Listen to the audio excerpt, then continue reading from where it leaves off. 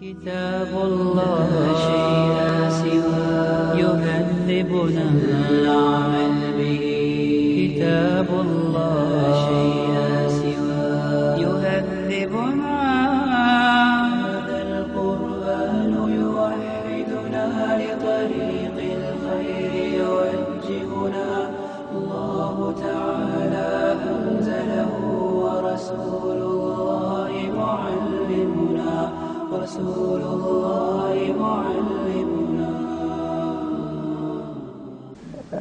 And that's a story maybe that isn't appreciated. I'd probably do better if instead of in front of a lot of people talk about exactly that issue and find out what has been said to your parents. You see, what can happen is they may not understand, but they may be brought to understand that what it is you're trying to do by behaving in an Islamic way is to improve yourself, that in fact you're aiming for the same things they want by different means.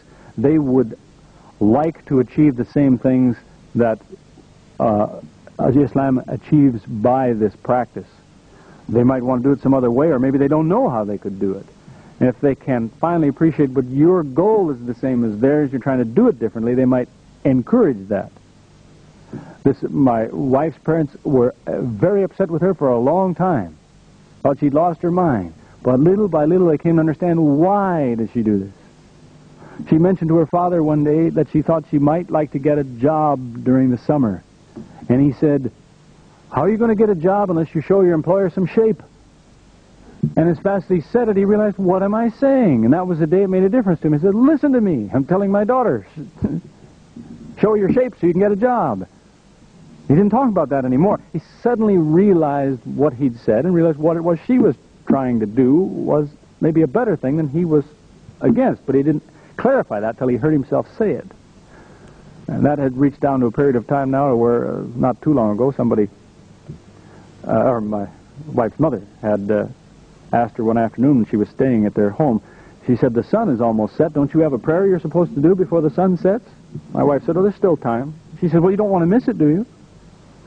Now, that's a big change over a period of a few years, because it sunk in that it's not a matter if she's done something strange, it's a matter of she's trying to do what I think is a good thing in the results. She may be doing it differently so that people can come to an appreciation of that. And maybe if you could tell the story better as to why it is the Muslim women do as they do, they might realize that, well, that is a solution to a problem that I know exists. And maybe they can appreciate what you're trying to do.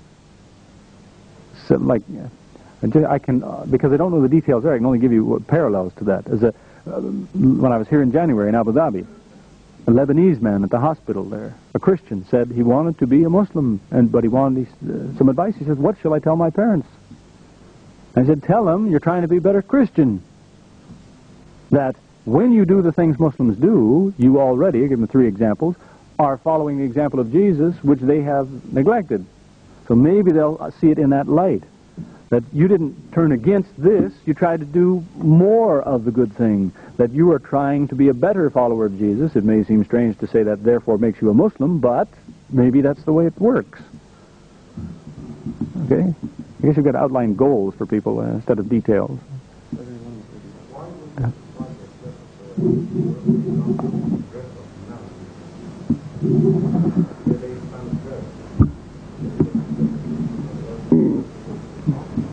Yeah, actually, that's the other thing, that you'd be surprised that it doesn't always cause trouble. It does sometimes. It depends on what you wear. They'll tell you in London, if you want to wear a chador, like the Iranian kind of thing, yes, you're asking for trouble to go out on the street. People recognize that.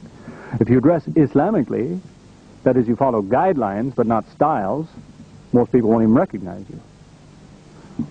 My wife got on a bus one time, and a man looked at her, and he said, good afternoon, sister. Thought she was a nun. She was 9 months pregnant. I don't know what it was. I don't know what he was thinking of, but he just thought, oh, that's very nice. Because it doesn't cause the difficulties every time that people think it does. It causes the difficulty if you assault people. There are man I know in San Francisco that virtually every week somebody comes to Islam because of his invitation, that is through him, and yet the Tabligh brothers, they wanted to know, why is it that we don't get that response? So he said, well, come with me and watch what I do. And he approaches people, he talks about Islam. They'd approach people, people find an excuse, they run away. Why? Because they look like something, they look like they're ready to, they rode off the screen Lawrence of Arabia or something, you see. It frightens people. Because they come with a full gear, and all that people see is a strangeness, and they back away. So you can follow Islamic guidelines without necessarily imitating a precise style.